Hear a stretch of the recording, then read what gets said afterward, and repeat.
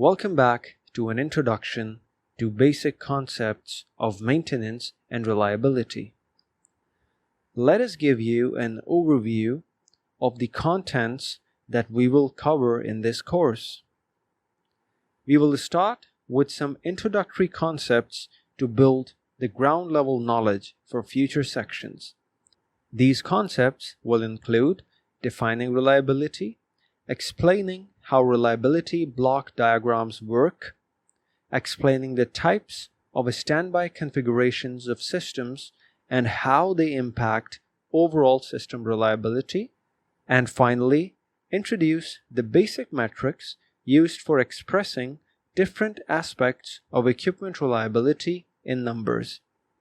Once these introductory concepts have been explained, we will start the next section.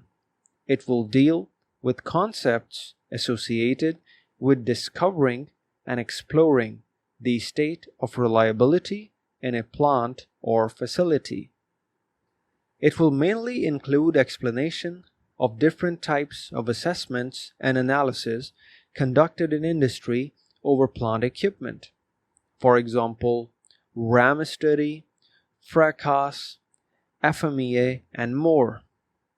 Once the present state of equipment reliability is assessed and reliability issues have been identified, the next natural step is to apply root cause analysis techniques to get to the bottom of the issues.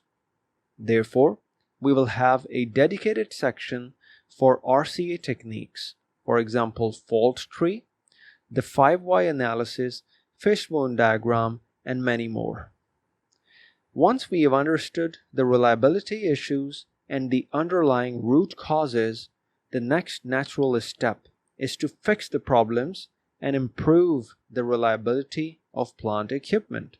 Therefore, this is what our next section will address. We will discuss concepts associated with addressing reliability at design and development stage of equipment, followed by the different types of maintenance programs for when the equipment is taken in service. In continuation to the subject, our next section will be dedicated to discussing condition monitoring and equipment testing techniques.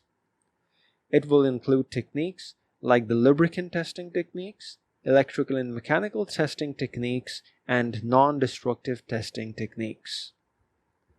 Knowing the prevalent maintenance programs and equipment testing techniques is important. But what's also important is to understand advanced maintenance frameworks and maintenance philosophies.